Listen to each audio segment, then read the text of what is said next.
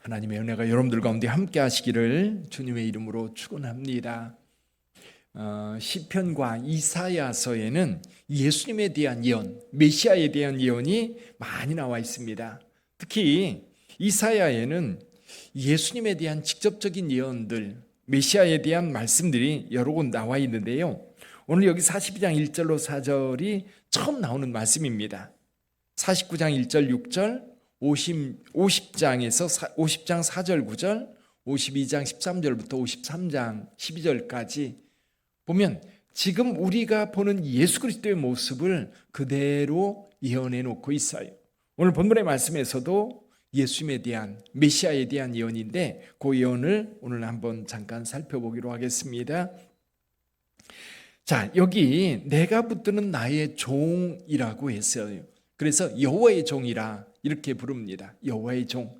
그럼 여호와의 종, 보통 주변 나라들은 이제 왕을 뭐라고 얘기했느냐면 신의 아들이라고 이야기를 했어요. 그리고 신의 대리자. 그래서 예를 들면 이집트 같은 경우는 람셋이나 바로 이런 왕들을 뭐라고 얘기하느냐면 라의 아들, 라신이 그 태양신이 라신이거든요. 태양신의 아들이다. 그렇게 얘기를 합니다. 그래서 보통 신의 아들 또는 신의 대리자 이렇게 얘기를 해요. 그러다 보니까 신을 대리하는 자는 힘이 있고 군사력이 있고 강력한 통치력을 가지고 백성들을 다스리는 사람들을 신의 아들 또는 신의 대리자 이렇게 얘기를 했던 거죠. 근데 이사야서나 성경에서 말하는 여호와의 종은 그들과는 전혀 달라요. 다른 모습을 우리에게 이야기해 주고 있어요. 여기 몇 가지 말씀하고 있는데 한번 보지요. 1절을 좀 같이 먼저 읽어볼까요? 1절, 내가 붙드는 나의 종, 내 마음에 기뻐하는 자, 내가 택한 사람을 보라. 내가 나의 영을 그에게 주었은즉 그가 이방에 정의를 베풀리라. 아멘. 여기 내가 붙드는 나의 종, 내 마음에 기뻐하는 자, 내가 택한 사람이라고 말씀하고 있어요. 근데 이 말씀이요, 그대로 어디에 적용돼요? 예수님께서 이제 세례를 받으시고 물에서 올라오실 때 하늘에서 하늘문이 열리면서 어떤 일이 벌어져요? 성령이 비둘기같이 내립니다. 하나님의 영이 예수 그리스도에게 임하였고요. 그리고 하늘에서 음성이 납니다. 뭐라고 납니까?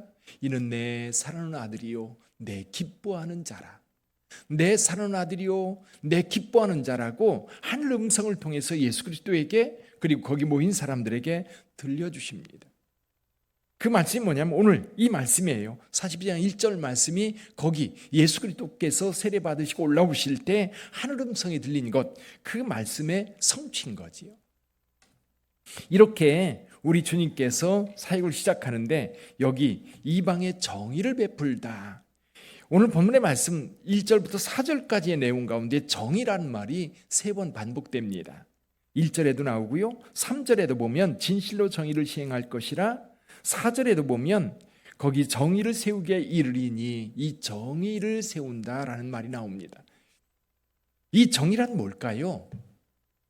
이 예수님께서 오셔서 정의를 세우겠다 말씀하고 있는데, 이 정의라고 하는, 물론 여러 정의들을 정의할 수 있을 것 같아요. 정의가 뭐냐 설명할 수 있을 것 같아요. 그런데 예수 그리스도를 통해서 이 정의가 실현된다라고 할 때 이 정의는 어떤 정의일까요? 이 정의는 첫 번째는요, 하나님의 말씀의 성취입니다. 하나님의 말씀의 성취. 하나님께서 예언한 말씀들, 구약 창세기부터 계속해서 이스라엘 역사 속의 예언자들, 선지자들을 통해서 말씀하셨던 그 말씀들이 이루어질 거라는 거지. 그것을 누가 성취해요? 예수 그리스도께서 완전하게 성취하실 거다. 또 한 가지, 조금 직접적으로 예수께서 성취하신 이 하나님의 정의는 어떤 걸까? 하나님의 정의는요, 하나님의 형상을 따라 지음받은 자들이 하나님과의 관계 회복입니다. 근데 사회적으로 보면요, 예를 들면 이 유대 이스라엘도 마찬가지고, 이스라엘이 정의가 실현되지 않을 때는 어떤 때였느냐면 가난한 자들이 박해를 받는 때예요. 어렵게 사는 자들, 가난한 자들, 소외된 자들이 그들이 사회에서 보호받는 게 아니라 오히려 더 멸시를 당하고 더 짓밟히는 그런 시대였어요. 정의가 사라진 시대, 고아와 과부와 나그네들이 사회에서 얻어 먹을 수도 없고 보호받을 수 없는 그런 사회. 그래서 과부의 옷을 저당 잡고 고아들을 핍박하고 그리고 그들을 박해하고 나그네들을 고통 가운데 몰아넣고. 그래서 여러분, 나그네들이 그 사회에서 어떻게 보호를 받는지 보면 그 사회가 정의로운 사회인지 금방 알 수 있어요. 예를 들면 사사기에 보면 이 에브라임 산지에 사는 사람이 이 베들레헴에 갔다가 돌아오다가 베냐민 지역 한 마을에 밤이 어두워서 들어가 있었습니다. 근데 광장에 있는데 아무도 그 사람에게 우리 집에 와서 머물라 라고 말하는 사람이 없었던 거예요. 정의가 실현되는 사회는요, 그런 나그네가 있으면 여러 사람들이 와서 우리 집에 가서 쉽시다, 우리 집에 넉넉합니다. 그래서 그런 사람들을 안내해서 묵을 수 있도록, 머물 수 있도록 그렇게 배려가 이루어지는 사회, 공의로운 사회, 정의로운 사회입니다. 근데 그런 나그네들이 세상에서 전혀 대접받지 못하는 사회, 고아들이 보호받지 못해서 살아갈 수 없는 사회, 과부들이 보호자가 없어서 이 사람 저 사람이 그를 박해하고 그리고 있는 것까지 빼앗는 그런 시대, 이 정의가 사라진 시대인 거예요. 예수께서 이 땅에 오셔서 가난한 자들, 소외된 자들, 죄인들, 그런 사람들을 찾아다니면서 그리고 어린아이들을 품으시고 여인들과 함께 하시면서 그 사회에 소외된 자들과 함께 했던 예수 그리스도, 그게 바로 이 정의를 베푸는 그의 모습인 거지요. 그 모습이 어떻게 표현되고 있어요? 3절입니다. 같이 읽어보지요. 3절, 상한 갈대를 꺾지 아니하며 꺼져가는 등불을 끄지 아니하고 진실로 정의를 시행할 것이며. 그렇습니다. 상한 갈대를 꺾지 아니하며 꺼져가는 등불을 끄지 아니한다. 우리나라 같은 경우 고려 시대에 고려장이라고 하는 것이 있었지요. 고려장. 그게 무슨 뜻이에요? 나이가 많아서 몸이 불편하면 더 이상 사회에 유익하지 않다. 그래서 아예 나이가 많고 이제 더 이상 사회에 쓸모없으니까 미리 장례를 치르는 거예요. 미리 산에 굴을 파고 거기에 갖다 죽으라고 내버리는 거지. 그게 악한 사회인 거예요. 그게 정의롭지 못한 사회인 거지. 정의로운 사회일수록, 그리고 오늘날도 마찬가지입니다. 오늘날도 좋은 사회가 어떤 사회예요? 소외된 사람들이 없는 사회. 여기저기서 데모해야 되고 소리를 높여야만 살아갈 수 있는 그런 사회가 아니라 장치로도 또는 법적으로도 보호할 수 있는 보호의 영역들을 만들어 놓는 거죠. 좀 요즘에는 너무 지나쳐가지고 역차별이라는 말이 많이 생겨납니다.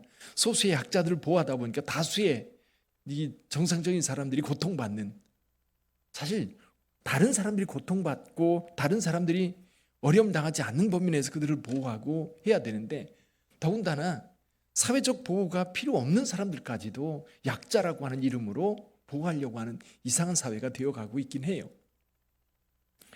어쨌거나 주의 종이 하는 일 가운데 한 가지는 소외된 자들, 약한 자들, 사회에서 버림받은 자들, 그들과 함께하는, 그게 바로 여호와의 종 예수 그리스도의 모습이었던 거지. 근데 그분은 소리를 외치지 않아요. 떠버리지 않아요. 정치적 구호를 가지고 여기저기 다니면서 표를 남발하지 않아요. 우리 사회에 여러분 그 거리에 보면 현수막 걸려 있죠. 현수막. 일반인들이 현수막 걸어놓으면요, 하루나 이틀도 못 갑니다. 금방 뗍니다. 근데 계속 걸려 있는 현수막이 있어요. 그게 뭐죠? 정치인들의 현수막. 그들은 그들의 것을 보호하는 거예요. 그래서 그 정치적 현수막 오래 못 걸도록 이제 도시마다 좀 정권을 바꿔가지고 떼는 것도 있더라고요. 근데 우리 부평구는 여전히 정치인들이 걸어놓은 현수막들이 남발하다 보니까 도시미관을 해칠 뿐만 아니라 이게 부정인 거예요. 정의가 아닌 거지. 국회에서 이제 정책을 위반하는 사람들이 자기네들 것은 보호하고, 그렇죠? 자기네 걸 보호하고, 그리고 다른 사람 것은 완전히 그 원천 봉쇄해버리는 그런 것은 이제 좋은 사회가 아니라고 볼 수 있죠. 근데 이렇게 자기를 드러내고 외치지 않아요. 우리 2절 한번 읽어볼까요? 2절 같이 읽어보죠. 그는 외치지 아니하며 목소리를 높이지 아니하며 그 소리를 거리에 들리게 하지 아니하며.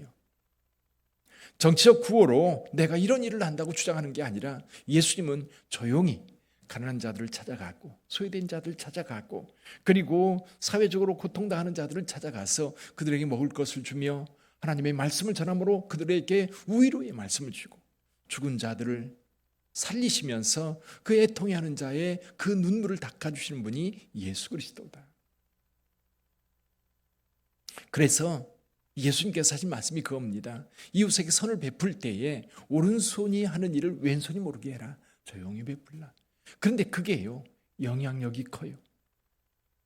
이 광고하고 드러내면 금방 사람들이 알아서 이 효과는 금방 극대화될지 모르지만 그 거짓된 것이라든지 또 앞뒤 맞지 않는 거라든지 이런 것들이 드러날 때에 오히려 여러분, 오히려 그것이 더 사회적으로 그 욕을 먹고 또 사회에서 사라지는 경우가 많아요.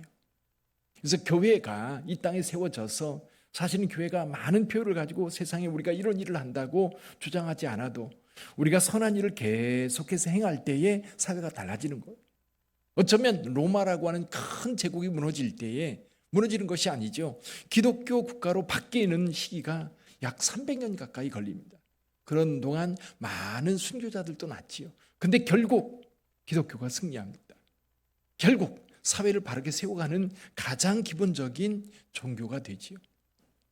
사랑하는 성도 여러분, 여기 여호와의 종 예수님에 대한 이야기를 하고 있습니다.